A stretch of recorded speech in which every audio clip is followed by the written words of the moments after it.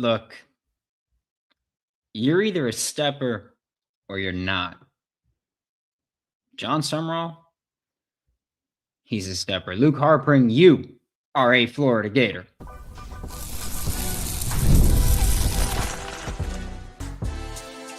You are Locked On Gators, your daily podcast on the Florida Gators. Part of the Locked On Podcast Network, your team every day. Hello and welcome back to yet another episode of Locked On Gators, part of the Locked On Podcast Network, your team every day. Thanks for making Locked On Gators your first listen of the day every day. We are available daily and free wherever it's the podcast and on YouTube. I am Brandon Olsen, lifelong Florida Gators fan, and the Florida Gators have done it again. They've landed another commit out of the transfer portal as Georgia Tech tight end Luke Harpring is a Florida Gator. And once the rumors even started about Luke Harpring entering the transfer portal, Florida was obviously immediately tied to it. And I know that there are a lot of fans of Georgia Tech that right now are really mad, right? They are really mad about losing Luke Harpring. That's one that they were really upset about it. And I love it. I love it. I'm going to be honest with you. I've been very open about this. It is in my Twitter profile for a reason. It is in my Twitter bio for a reason. I'm a generational hater, right? And so for me, I look at Georgia Tech and I look at the text that I got from a Georgia Tech fan yesterday, right? I got a text from a Georgia Tech fan yesterday. If I could find it, that'd be really dope. There we go. Georgia Tech fan yesterday texted me last night and said, "Are y'all just going to add yellow to your uniforms this year?" That's it. They're really upset. My response was that envy doesn't look good on you, because it doesn't. Florida Gators land Luke Harpring, who, interestingly enough, was at Georgia Tech, obviously under Buster Faulkner, and was technically tight end 4 in the offense. He was technically tight end 4 in the offense. But in terms of snaps played, he was the 4th tight end there. But he had the most catches out of any tight end, which is not a lot. He had 13. I ranked 8th on the team in catches, by the way, which, for comparison purposes, 13th would have been also 8th on Florida's side, right? But Georgia Tech, just did it a lot better. That's really the only way to talk about it, right? Is that Georgia Tech just did it a lot better. Those 13 went a lot longer or went a lot farther than they did for Florida, right? Georgia Tech had 40 more completions total. Not surprising. They also did play another game, but they were also just significantly more efficient than Florida. But Luke Harpring joins the Florida Gators with 3 years of eligibility, by the way. He redshirted in 2024, had 3 catches for 43 yards there. In 2025, he had 13 catches. By the way, completed 76% of his, or quarterbacks throwing to him completed 76% of their passes, which high efficiency rate, right? Like that's not a common thing. That's usually running backs and gadgets get that. But Luke Harpring was the best receiving tight end for Georgia Tech this year. He will be coming in, and I think he'll be, yes, I think that he will be viewed as an immediate contributor somewhere in the tight end room. I think that's similar to how Georgia Tech had, 4 tight ends that played a significant amount of snaps, because while I say that Luke Harpring is the 4th tight end for Georgia Tech in terms of snaps played, he played 239 snaps. The number 1 tight end in terms of snaps played was JT Byrne, and he played 356 snaps. 120 snap difference is not a lot. When you think about it in terms of how many snaps they played at that one position and how many they rotated, like they had 4 tight ends between 239 and 356 snaps. Florida, of course, had nothing even close to that. As Luke Harpring was Georgia Tech's tight end 2, or tight end 4 in terms of snaps played. He played more snaps than Tony Livingston, who was Florida's tight end 2. That's wild. All right, so that's just wild stuff there. I like the addition. I do. I think he's athletic. I think he's dynamic. I think that's clearly what Florida's been looking for in the tight end room, is that they've been looking for dynamic tight ends to come in as pass catchers with Lakota Dipri and Luke Harpring. I think that was the plan. That was the goal. And I think so far they've been executing that well. He's got about 8 yards after the catch per catch. His yards per route run, decent for a tight end, especially one that is obviously heavy rotational piece. Where I think about him fitting into this offense for the Florida Gators, and where I think about him trying to find a role, is I think the importance is going to be his blocking ability improving. He's someone who I'm not trying to be quiet as if I'm not hyped. It's just 1:30 in the morning here, and so I'm trying to be respectful. I just want to make that clear. Luke Harpring is someone that we've spoken to the subtext group about, the insider program about, and I like him. But he is someone that, the blocking is going to need to improve. He's virtually non-existent as a pass protector, which is partially because they had other guys that can do that, right? Like JT Byrne did that. Josh Beetham was their other guy that I view as like almost exclusively, basically a lineman, right? And then you had Luke Harpring, who was flexed out, Brett Seether, who's flexed out a lot. Like, you had these guys who were flexed out a lot, okay? And so I look at Luke Harpring, and I'm like, all right, when he's on the field, it's usually like that's also a way that I can talk about it. If the thought is, when you're on the field, a team that runs the football a lot, when you're on the field, you're less likely to, like, the offense is less likely to run the football. I take that as a bit of an indicator. Again, because you had Josh Beetham at tight end, had 84% of his snaps he was blocking, whether run or pass blocking. JT Byrne, when he was out there, 83.4% of his snaps was blocking, whether run or pass blocking. Then you have Brett Seether and Luke Harpring, who it's around 45%. I feel like that's if there's a tell for your snaps, I think it's a clear indicator that you've got work to do. Doesn't mean you're bad or awful or anything like that, but clear indicator that you've got some work to do there. And so I will say that about the tight end room for Florida. You've just added a dynamic pass catcher who needs to improve his blocking. But again, like, I feel like that's not a major concern there right now, because he's someone that has 3 years of eligibility. Like, yeah, he's got to get better. He's young. There's no other way, but he's going to be entering his redshirt sophomore year. Unsurprisingly, the kid entering his redshirt sophomore year needs to get better. I do think that the Florida Gators might be done at tight end now. Pierce Sperlin, who was on campus the other day, I don't know if he's still a take, just because I kind of viewed him as a flexed out guy. And I don't think, if you're taking anybody else, I don't think it's going to be someone who should be playing more of these flexed out snaps.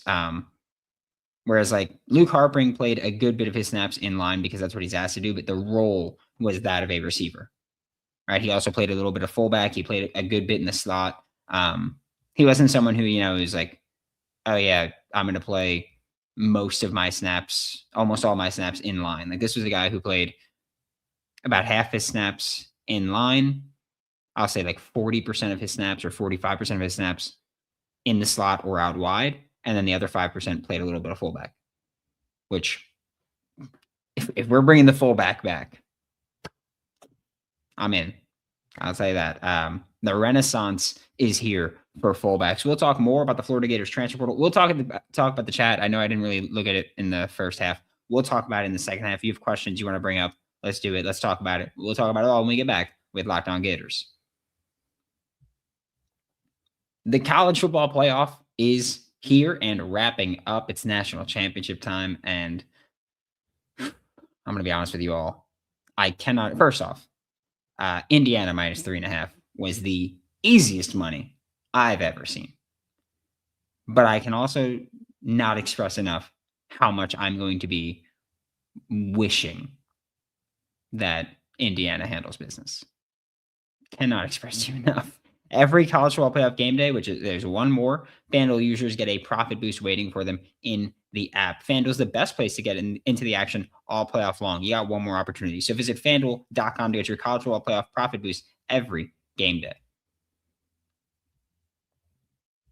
Thanks again for making Locked On Gators your first listen of the day every day. We are available daily and free, wherever it's the podcast and on YouTube. And I'm going to let you know now, if you're saying anything in the chat, I will get to it.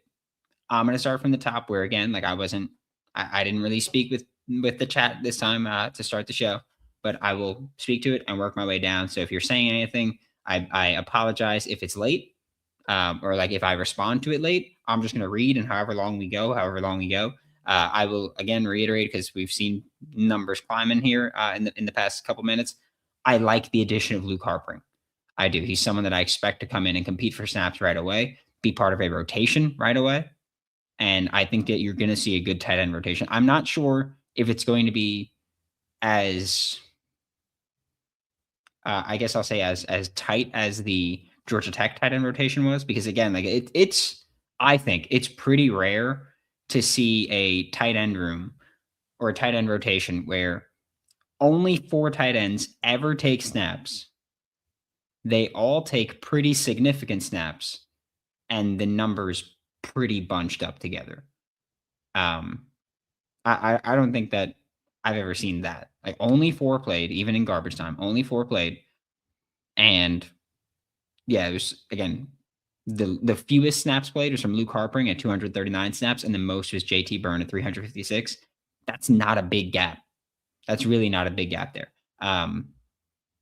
And so I think that you'll see a lot play. I think that you'll see probably 4 tight ends contribute significantly. It might be Luke Harpring, it might be Lakota Dupree, it might be Amir Jackson and Tony Livingston. And then you just say those are the 4 that are going to contribute right now. Maybe Micah Jones finds his way into the rotation somewhere. Hezzy Kent is someone, true freshman Hezzy Kent is someone that I don't think is going to play a ton as a true freshman. I know that there's people that are very, very high on him. I get it. I hope he plays a bit. Honestly, I do think that with all the people that go, oh, he should play O-line at that size, I do hope that he plays a good bit, especially if we're going to be running the football a good bit. But I don't know. It's just I don't like to go, oh, this true freshman is someone that I'm relying on right now. That to me is not something I'm comfortable with. You can go back to the day I took over this show. That was something that I was not comfortable with. And based on how Florida has approached the transfer portal and attacked the transfer portal, they keep going for guys with experience, but multiple years of eligibility. And that's what you're getting, again, with Luke Harpring, right? He's got 264 offensive snaps of experience through his college career to this point. He's got another 134 on special teams to this point. And he's going to be playing this year, but he's also got 3 years of eligibility remaining. Like that's a very John Summerall thing right now. So that seems to be the approach. I'm good with it, again, because I don't like relying on true freshmen. Josh Bongiorno said another one, because we got Q in here saying we're on fire, because last one of the night. I don't know. We got Reem in here. They got a bunch of people just hype, right? Except y'all, Cuz killing it. Cuz is killing it. Another one, Brandon, you are on fire. I'm trying to be. I can only be on fire if they're on fire. So I'm happy. I can only be on fire if they're on fire. And I'm having a damn good time. I'm burning up. So will they move Hezzy Kent to O-line with all the tight ends nice? I don't think so. I don't think so. I personally, I would. But that is not a he can't work out at tight end thing. That is if I were advising him, I would say go play offensive tackle, because there's a lot more money at offensive tackle than there is at tight end. So if I was advising him, I'd say go play tackle. But we'll see what the plan is with him. So yeah, we'll figure that one out. Drop the maybe, because we talked about that. Yeah. Okay. Yeah, Coach Summerall is just going to keep you on air 24/7. I'm good with it. Like I said, I had we had a comment on Twitter from Jim. I'm not going to say his last name. That's a weird thing to do, but from Jim, and he just goes, "Brandon, do you ever sleep?" I was like, "I'll sleep when I'm dead. Don't worry about it. I'll sleep when I'm dead. I'm good with it." Kid's a baller, two-sport athlete, and two-way player in football in high school. I think they use Kent for both. Maybe kid's got some good ass genetics. Dad played for the Orlando Magic. Max Harpring, hot like fire right now. Any feedback from French? French might be chasing a bag. Yeah, I think with Jamie French, it's that Florida's going to have their offer, or Florida has their offer. Jamie French is hopefully going to take all the visits. Michigan, Florida, Florida State. Hopefully, take all the visits. Florida has their offer. If he wants to be a Gator, he's going to be a Gator. If he wants to go to the highest bidder or the earliest playing time promised to him, he's probably not going to be a Gator. But I think that's how I look at it right now. And so whatever happens, happens, right? He's someone who, I get it. He was a 5-star. There's nothing proven. I'm not going to be too upset if he comes in. I'm like, all right, great. That's extra credit. If he doesn't come in, then I'm going to go, all right, I'm good with it. Fine with it. They still need to fortify both lines of scrimmage. I think our O-line will be good next year. So if it were up to me, Florida would go out and go big game hunting for an offensive tackle. Okay. They have not shown much of an interest in doing that. So I don't think they're going to go big game hunting. All of that being said, I think that the offensive linemen that they brought in from the transfer portal, unless I'm just making sure I'm not screwing anything up, with Egan Boyer, TJ Shanahan, Imeku Ugorji was one that was met with, how do I put this? A lot of pushback from Stanford, and Harrison Moore from Georgia Tech. All their offensive linemen, Harrison Moore I view as a outright starter. TJ Shanahan, after watching more of his film, I think I'm viewing him as just an outright starter at guard. And then the other two are going to compete for playing time, Egan Boyer and Imeku Ugorji. I view them as competing for playing time with the other tackles on the roster. You've got, another guard spot or center, depending on where Harrison Moore plays. And that's going to be your offensive line. And you're either going to have, the guy who wins the competition at that position. He's going to be your starter. And then you're going to have a quality backup behind him. And I will say that I personally just trust Phil Troutwine to get the line together. I do. I'd go big game hunting. Does not seem to be what they're going to do. I just trust Phil Troutwine to get the line together. Phil Troutwine and Gerald Chapman are the only two coaches on this staff where I just go, hey, whoever you want, go get them, and I trust you. That's it. Harpring and Dupree, who is more likely to contribute immediately? Both. I don't think it's a more likely. I think that they're both going to play. The more I study Georgia Tech, the more I'm like, all right, you're getting there's going to be a consistent tight end rotation. This isn't Napier where Hayden Hanson's playing every freaking snap. There's going to be more rotation here. Are you finished on the O-line? I don't know if they're finished, but I don't think that we're really looking at a big name coming in. Hit the like button. Great to be a Florida Gator. We might be back. Nothing but good news today. GMFG, good. I need to figure. I will hate that one thing that he does. I don't know how to. I can't. With Billy, we had the sunglasses. I can put on the sunglasses. Or you want me to get a good sign and just hang it right here? But only when we have a commit. We got to figure something out with Summerall. Nightmare is over. Gators are back. Where do you think we are? Oh, we spoke about French. This man not only attacked the portal, but he's torn it apart. Brandon can't even go grocery shopping with all the moves. I'm not. Okay, let me just. I'm just gonna throw this out there because I see there's a string of them, right? First off, we got Michael saying, Brandon, we all know you hate people without experience. I don't hate people without experience. I just don't want to rely on people without experience because that's volatile. And I'm not looking for volatility here, especially depth-wise. I don't want – if a starter is volatile, that's okay because then you're swinging for the fences. But I don't want depth to be volatile. I want depth to be reliable. And that seems to be what John Summerall and his coaching staff are doing by getting experienced depth. So that if you do have to play, we trust you. But then we have Brandon can't even go grocery shopping with all the moves. Brandon is out here doing the Lord's work for us.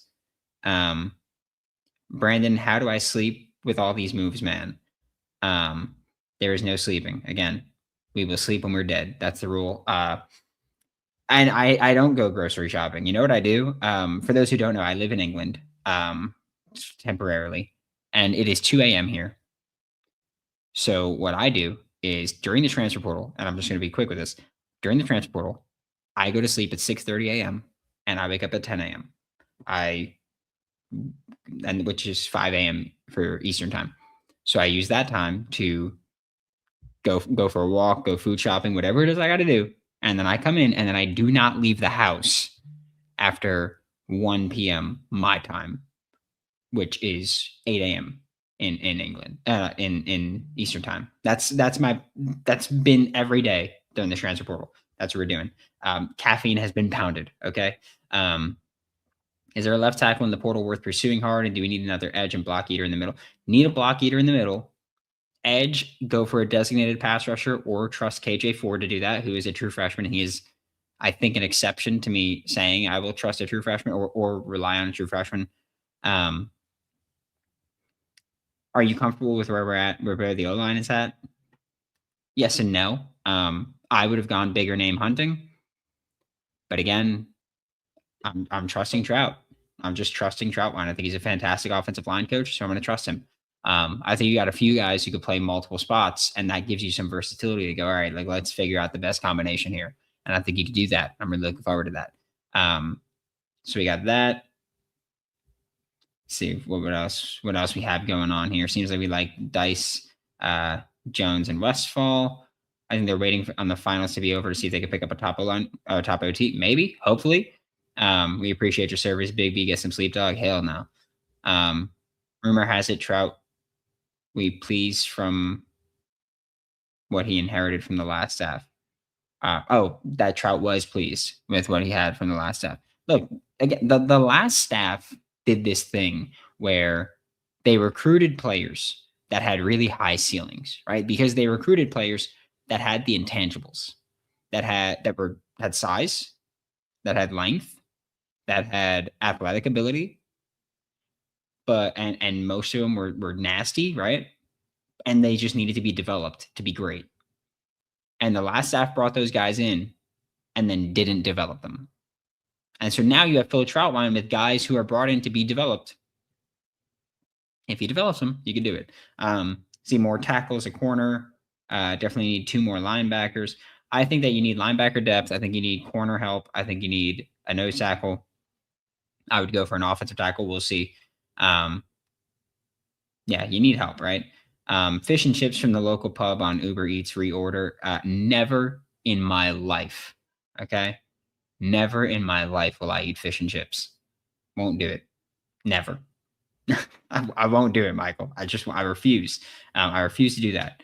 When do you have time to attend your classes at Oxford? Buddy, let me tell you, if you see this face and you think that guy can get into Oxford, and you see the Toledo tattoo and you think that guy can get into Oxford, you out of your mind. All right. I don't remember how to pronounce this. Der Klavierspieler. I think that was it. I tried. I probably butchered it, but we're trying, right?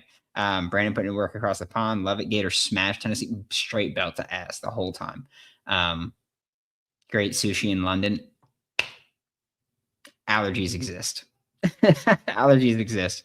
That is what it is. Not a lot of food worth dying for. But most of the food that is worth dying for is honestly, like I almost cussed. I was gonna say I really F with. I really mess with Brazilian food, so I'll say that.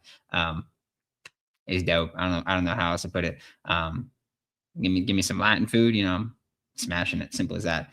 Let me get a Troy tattoo, G5 Gators Unite. Indian, oh man, the Indian food here is the best I've ever had. It's incredible. I smashed that, dude. Oh, I need to get me some maybe tomorrow. I'm not pretending anything. We need another big body out wide, like a wide receiver. I mean, they brought in a couple guys, right?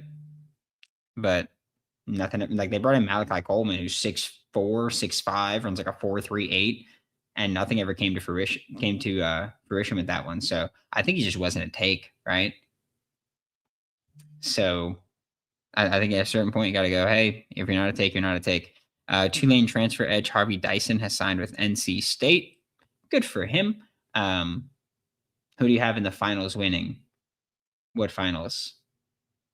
Like the NBA? If so, I know they're not gonna, but Knicks tape, baby. I'd say, man, I know they're not gonna. They're gonna break my heart, and this stretch is not good. Knicks tape, baby. Any other finals? I don't really know, right? Baseball's obviously not coming. NFL, Rams look nice. I like their defense, but that game today was not great. CFP finals. Hopefully Indiana. I'm rooting for Indiana. Anyone but Miami was my bar going into the playoffs, and it's going to be my bar until the playoffs end. Anyone but Miami.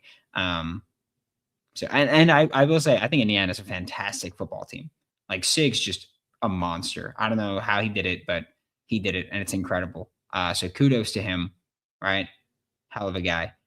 Dude, Brandon, go to bed. I will sleep when I'm dead. We're talking about this. Don't tell me to go to bed. We're going to be up for another 4.5 hours. And if there's more commits, there's more commits. We'll be live for it, baby. That's what we do. This is Locked On Gators. We're not playing around.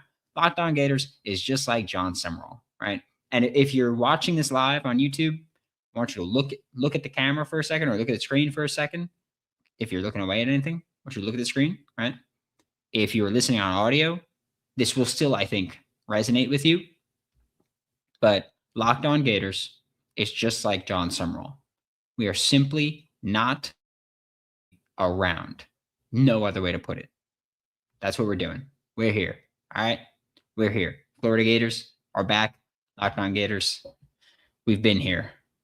But now we get to cover a good football team. For Locked On Gators, I'm Brandon Olsen. Don't forget to follow me on Twitter at WNS_Brandon. Find all my written work with New York Giants on SI. Or if you want Florida Gators written work, including scouting reports we got coming out either tomorrow or Monday, go to swampsignal.substack.com. We are Locked On Gators. Everyone in here right now, we are Locked On Gators. We are part of the Locked On Podcast Network, your team, every day. And I will see you all next time.